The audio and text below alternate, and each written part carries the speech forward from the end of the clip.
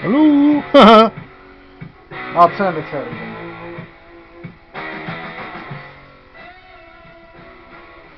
Yes, I'm going to be doing my noodle thing in a minute. Just thought I'd let everyone know. Ha! Oh, it's one of my favourite songs. About one of my favourite creations of cinema. Godzilla! Yeah, I'm a massive Godzilla fan. My favourite of the monsters though is Mothra, because she's not nasty like most of them. But I do like Godzilla. I'd love the idea of being giant and just destroying things. And, you know, going to one of those big Republican debates and just ripping the roof off and picking up Ted Cruz and flicking him across the ocean. You know, a Cuban-Canadian arsehole. Yeah. How he's going to be president, I don't know. You know, even the suggestion that Obama was from Kenya and all that claim about, you know, documents proving he was American. I'm like, well, okay, but, you know, you should be saying the same thing to Ted Cruz, since he wasn't born in America. His only claim to fame is being the slimy shit who basically helped George W. Bush become president because he was a slimy lawyer in Florida. This is why I'm not a huge fan of the idea of Jeb Bush. Everyone seems to have forgotten that, but it was Jeb Bush, his dodgy dealings in Florida and changing the records of the votes that got his brother in power. So I'm not exactly cheering loud for him to get in power. What makes me laugh the most though is people keep saying he's the liberal one next to Donald Trump. And I'm like, I don't think so. I think it's the other way round.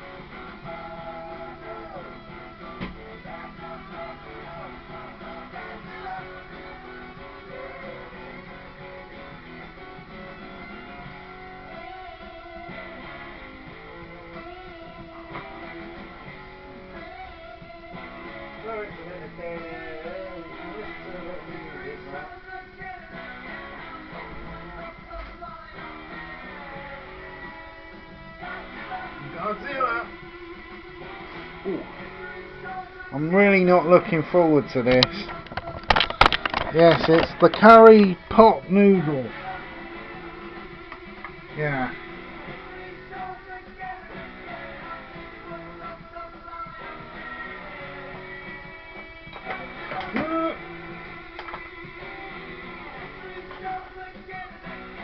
Yeah, I've been playing Metal Gear Solid most of the day. Number 5. It's okay. It's not as good as number 3 though. Number 3 was my favourite. Because you could do so much. You could make camouflage. You could. It'd show you how invisible you were to the people around you. And you could find your own food and you could do all sorts of stuff that basically you can't do in this new one. You know, it doesn't use ration packs, it basically uses a sort of system that was developed in that bloody boring Call of Duty, where if you hide long enough your body just regenerates, which I'm a bit... I prefer it if you could do a little bit of hunting. You know, even if it was just for small things, for like birds or snakes to eat. But I don't know. It's nice to see whistling dogs though. At least the person who's done this game knows a lot about African wildlife. Yeah. This piece of music's my favourite Iron Maiden song. Basically,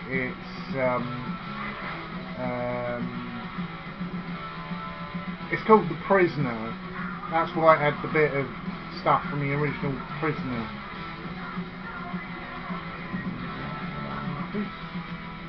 Going all the way.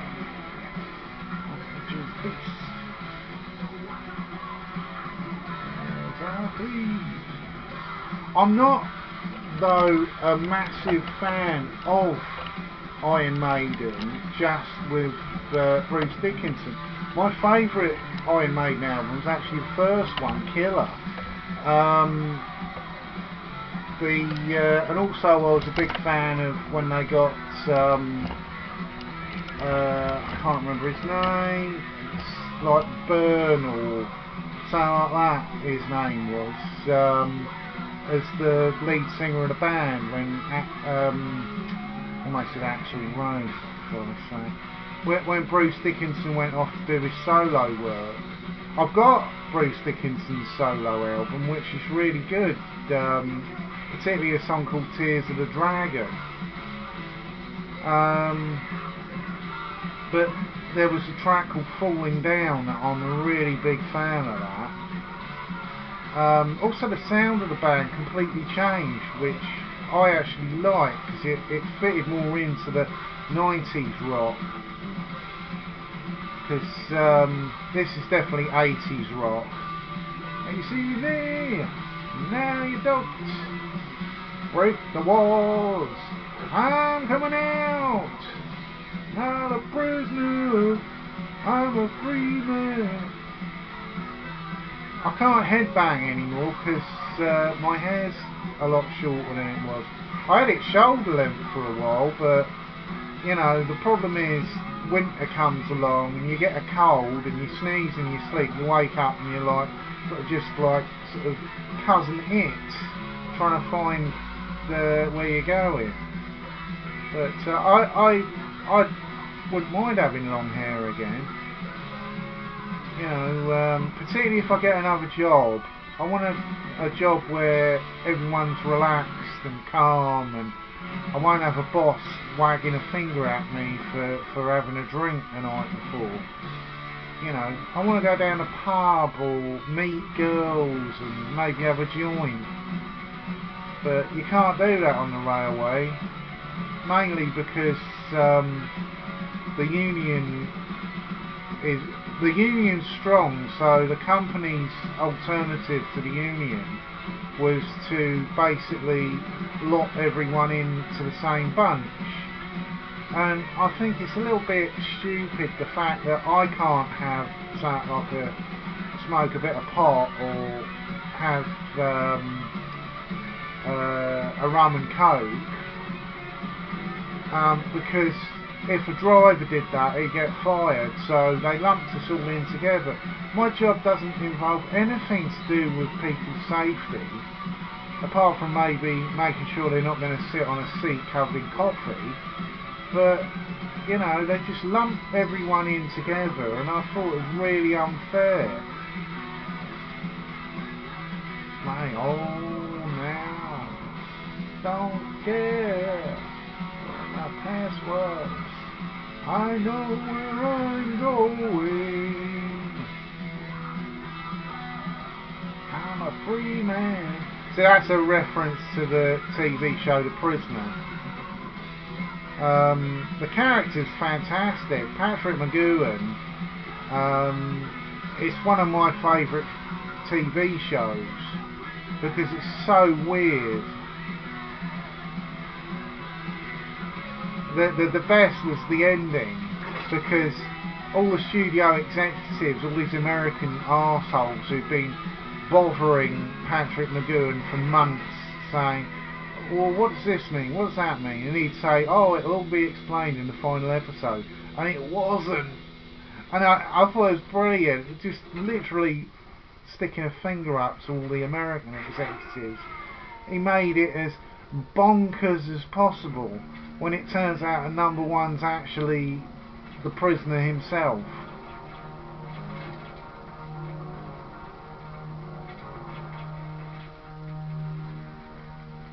This is music from one of my favourite films, Terminator.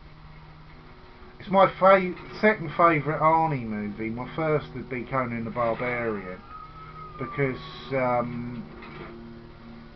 I first saw Conan the Barbarian I think it was about 1985, because it was on video, and the Conan the Destroyer had just come out of the cinema, and I got really into it, and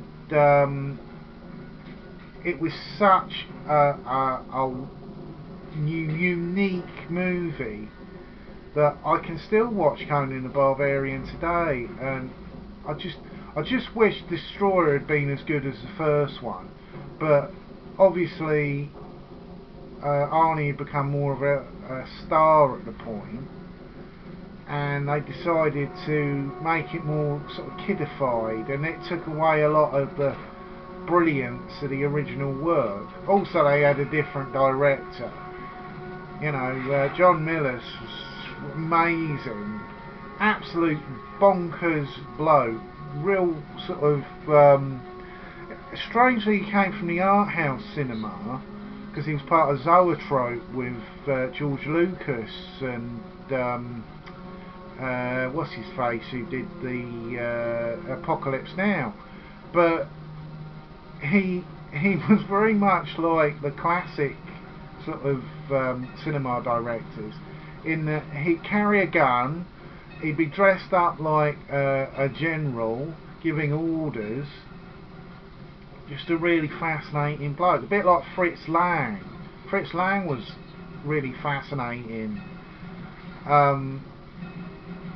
It gets on my nerves that they make films about directors who are really boring. The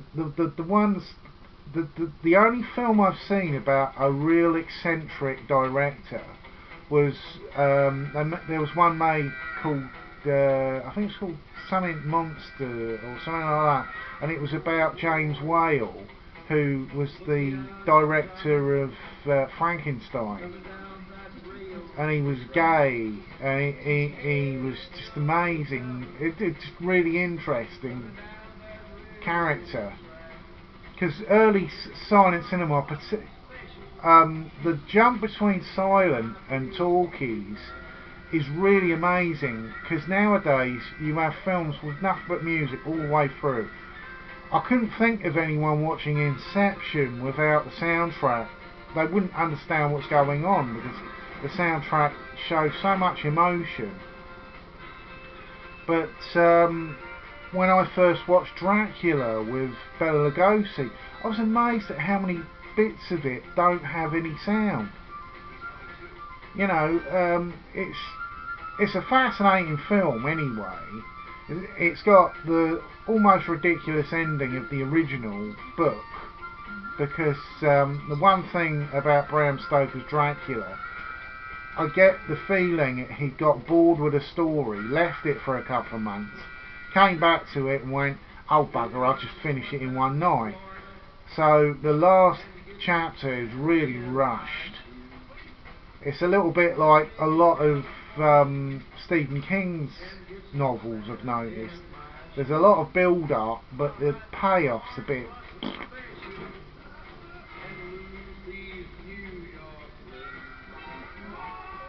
Run ya!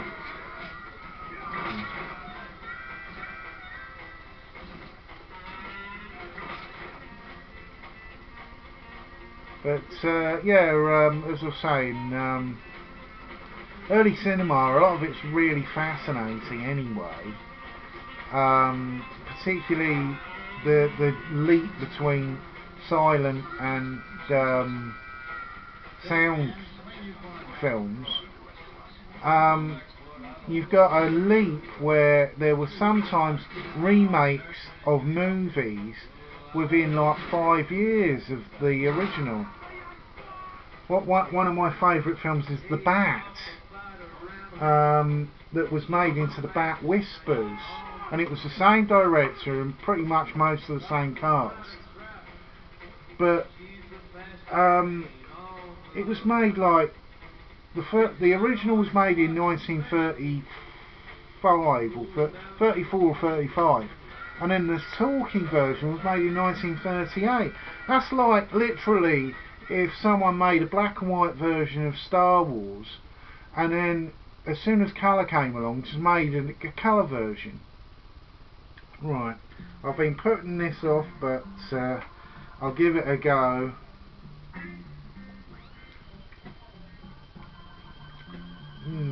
It's not as bad as I remember. Maybe they altered the recipe slightly. Still not a big fan. It does taste like indigestion.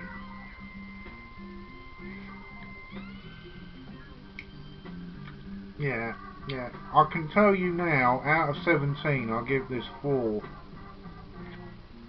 This is desperation food. This is the sort of thing that you leave in the cupboard when you've got a bad month and you basically get through all your food and you're looking in the back of the cupboard and you come across one of these.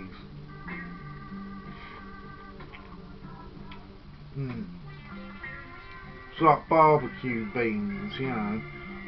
You've bought them once if they were on special offer. You had one tin out of a can of a set of 4. You didn't like them, so you put the rest of them in the back of the cupboard, and then when you're really starved hungry and you haven't got a lot of money, you go, oh well, I'll give them a try, and then you're instantly taken back to the memory of how bad they were the first time you had them. Yeah, this isn't great. I'll get through it, but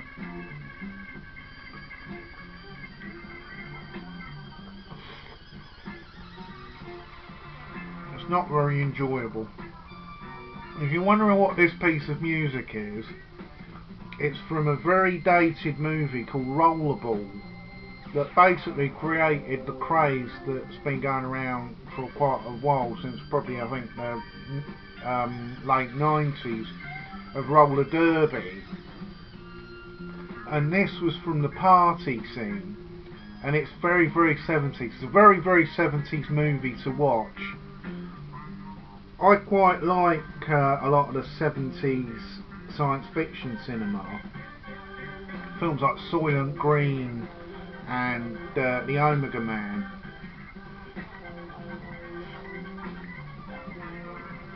Because a lot of science fiction's a product of the time,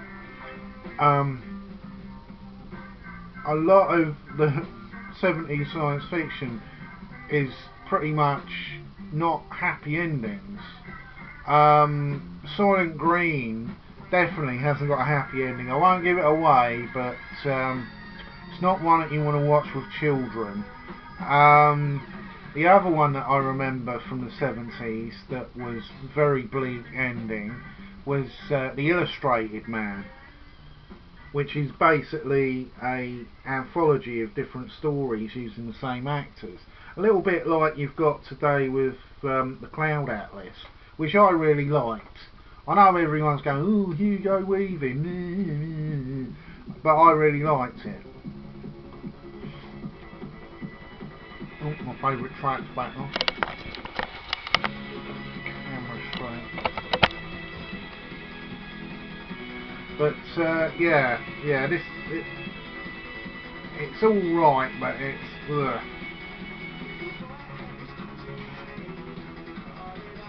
My favourite version of the story of I Am Legend was made in the 70s, The Omega Man. Watching all 3 versions of the movie, because there was a film version made in the 60s in Spain with Vincent Price called The Last Man on Earth, which is the closest version to the book.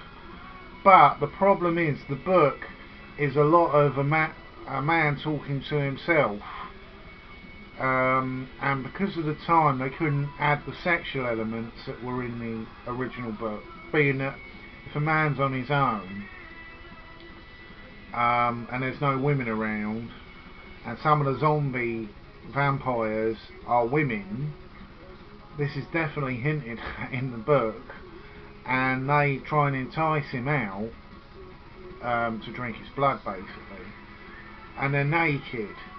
and you know, it's like the joke about, I think it was Brian Blessed. He said that he was up mountain tops when he was trying to climb the Himalayas, and he said when you've been away from your wife for 6 weeks, a sheep does look very enticing. But yeah. Yeah, 70s ones are downbeat, but usually it's to their credit, because when Star Wars came along, it did introduce a lot of the, well, a lot of people thought it was science fiction. Star Wars isn't science fiction, it's science fantasy. None of it's based in any form of reality to how we are.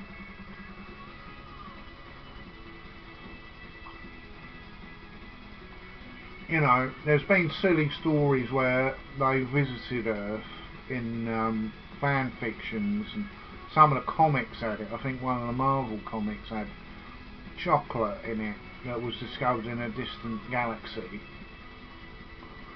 But the problem was that because people thought it was science fiction, not very bright executives thought it was science fiction. You couldn't have downbeat science fiction anymore, which took out a lot of the intellectual element that fortunately has come back with films like Inception, and I've got to see Interstellar at some point. My favourite Christopher Nolan film was his first Hollywood movie, blimey, I can't remember it, Memento. I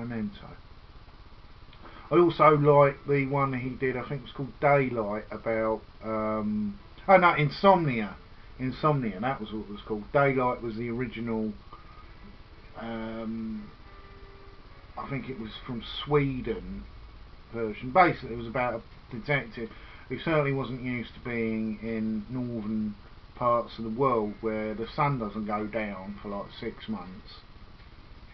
And he can't sleep because of the light. Also because he accidentally kills his partner, his partner thought he was killing him to cover up something he'd done that was dodgy. And it's a really powerful film. It's one of the best Robin Williams films. Lots of people, I know you've got films like Patch Adams and Hook that are really crap, but Insomnia, he is absolutely amazing in that film. He's the villain, but he's not a cackling villain. He's a villain who thinks he understands the pain of the bloke who's trying to catch him.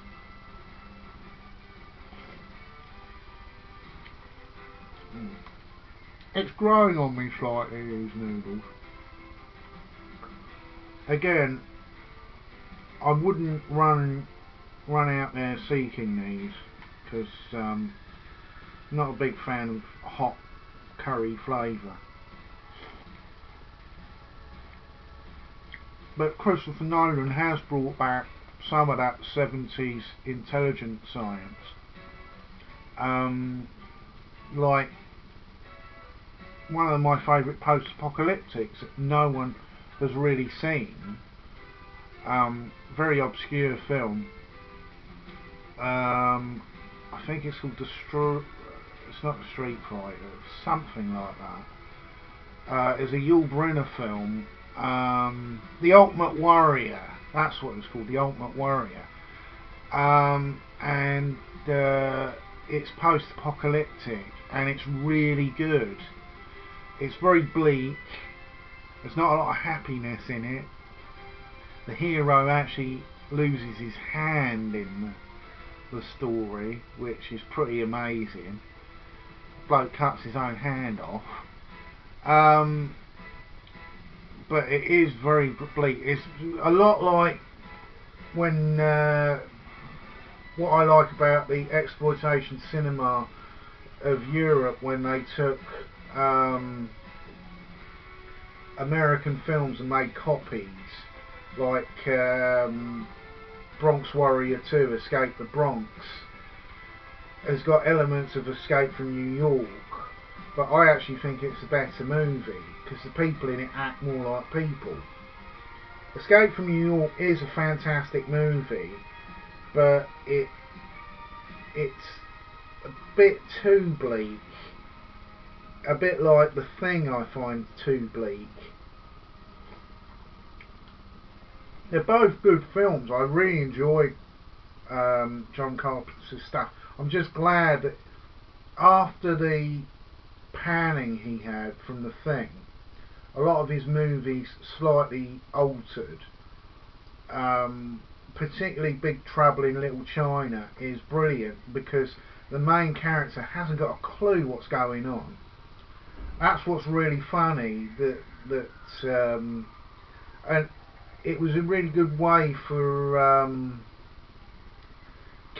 Kurt Russell to get back to doing comedies, and he did some really good comedies afterwards. Captain Ron's one of my favourites. I know a lot of people go, Captain Ron, rolling their eyeballs, but he is actually taking the piss out of himself in that he wears the patch, and it's slightly taking the mickey out of the tough guy exterior that he had as Snake Plissken.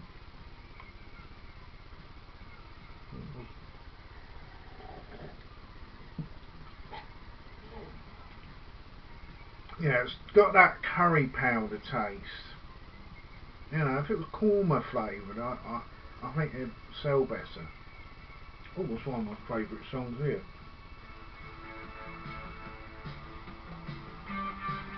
Yeah. When I saw the trailer for Vice City, this is going back a couple of years now, GTA Vice City, they played this on the trailer and I knew I had to get that game because it has everything that appeals to me. That sexy 80s neon look, you know, the electronic sound.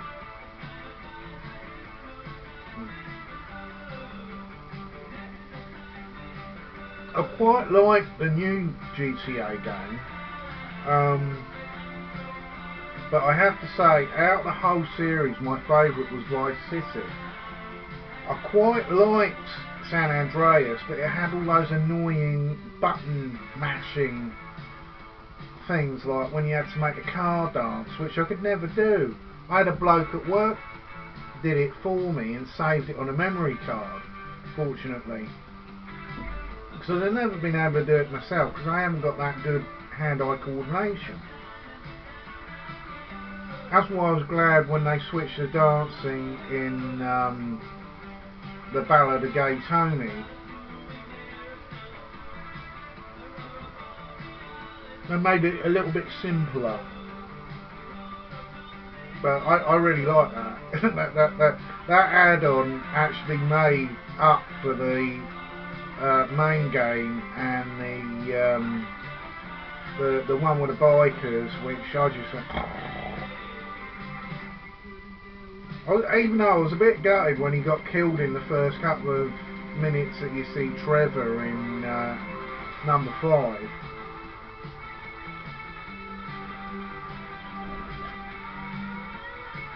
But Ballad of Gay Tony is really funny. I like particularly that it takes the mickey out of a lot of sort of what's happened today, you know, with there was that period in the 90s between about 2003 to 2008 where there was ridiculous amounts of money going around and everyone was getting credit and people were going, how can you afford this? See, I've never borrowed massive, so I wasn't really hurt by the financial crisis that much.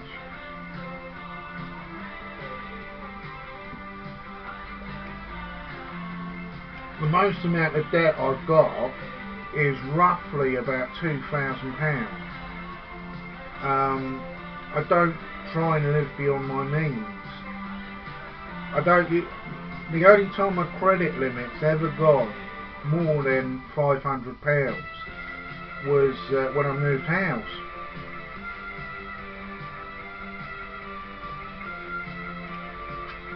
And I've got a credit rating with my bank that I can borrow up to £2,000 on my go overdrawn by £2,000.